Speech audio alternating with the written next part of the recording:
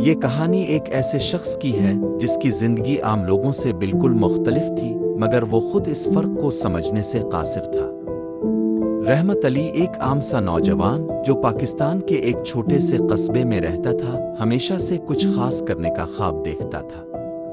وہ جانتا تھا کہ زندگی صرف روایتی راستے پر چلنے کا نام نہیں، بلکہ کچھ ایسا کرنے کا نام ہے جو دوسروں کو حیران کر دے۔ مگر وہ کیا تھا؟ یہی سوال اسے بے چین رکھتا تھا۔ رحمت کی زندگی سیدھی سادی تھی۔ وہ صبح جلدی اٹھتا، ایک چھوٹے سے اسٹور پر کام کرتا اور شام کو گھر آ کر کتابیں پڑھتا۔ وہ کہانیوں کا دیوانہ تھا، خاص طور پر ان کہانیوں کا جو رازوں، مہم جوئی اور غیر معمولی واقعات سے بھری ہوتی تھی۔ وہ سوچتا تھا کہ شاید اس کی زندگی میں بھی کوئی ایسا لمحہ آئے گا جب سب کچھ بدل جائے گا۔ اور وہ لمحہ واقعی آیا، مگر جب آیا تو وہ کسی خواب سے کم نہ تھا۔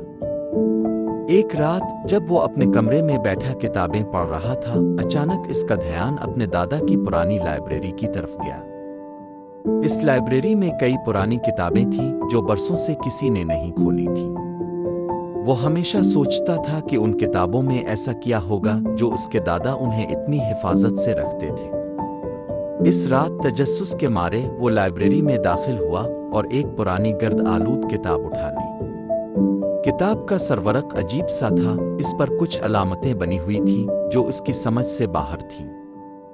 اس نے کتاب کھولی اور پہلا صفحہ پڑھا، اور جیسے ہی اس نے پڑھنا شروع کیا، اسے ایسا محسوس ہونے لگا جیسے وہ کسی اور دنیا میں داخل ہو رہا ہو۔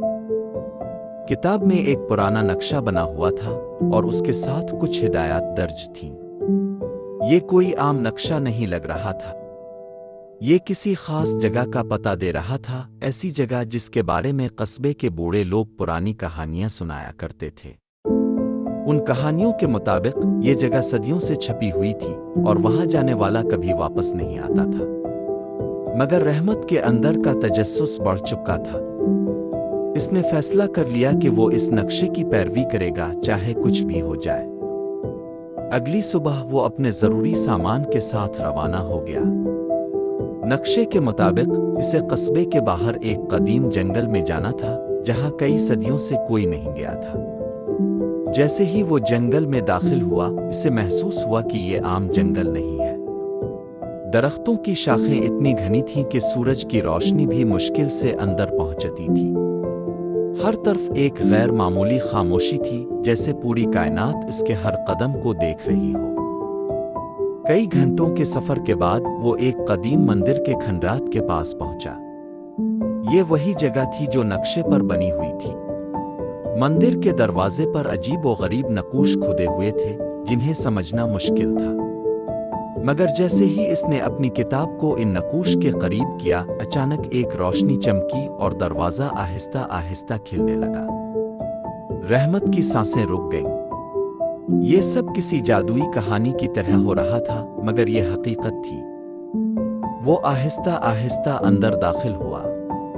مندر کے اندر ایک طویل راہداری تھی جس کے دونوں طرف قدیم مجسمے کھڑے تھے۔ ہر قدم کے ساتھ اسے ایسا محسوس ہوتا جیسے کوئی اسے دیکھ رہا ہو، جیسے یہ مجسمے زندہ ہوں اور اس کی ہر حرکت کا مشاہدہ کر رہے ہوں۔ اچانک ایک دروازہ اس کے سامنے کھل گیا اور وہ ایک بڑے ہال میں پہنچ گیا۔ ہال کے بیچ میں ایک بڑا سا تخت تھا اور اس پر ایک شخص بیٹھا ہوا تھا۔ وہ کوئی عام انسان نہیں لگ رہا تھا۔ اس کے چہرے پر وقت کا کوئی اثر نہیں تھا اور اس کی آنکھوں میں ایک عجیب سی چمک تھی۔ تم آخر کار یہاں پہنچ گئے، اس شخص نے مسکرا کر کہا۔ میں تمہارا ہی انتظار کر رہا تھا۔ رحمت کا دل تیزی سے دھڑکنے لگا۔ اب کون ہے؟ اور یہ جگہ کیا ہے؟ یہ وہ جگہ ہے جہاں وقت رک جاتا ہے، جہاں دنیا کی حقیقتیں بدل جاتی ہیں۔ میں اس راز کا محافظ ہوں اور تم وہ ہو جسے اس خزانے کا راز سمجھنا ہوگا۔ رحمت نے حیرانی سے پوچھا، کیسا راز؟ محافظ نے ایک پرانی کتاب نکالی اور رحمت کے ہاتھ میں دے دی۔ یہ کتاب ان تمام طاقتوں اور رازوں کی چابی ہے جو صدیوں سے چھپے ہوئے ہیں، مگر یہ طاقت صرف اسی کو دی جا سکتی ہے جو اس کا صحیح استعمال کرنا جانتا ہو۔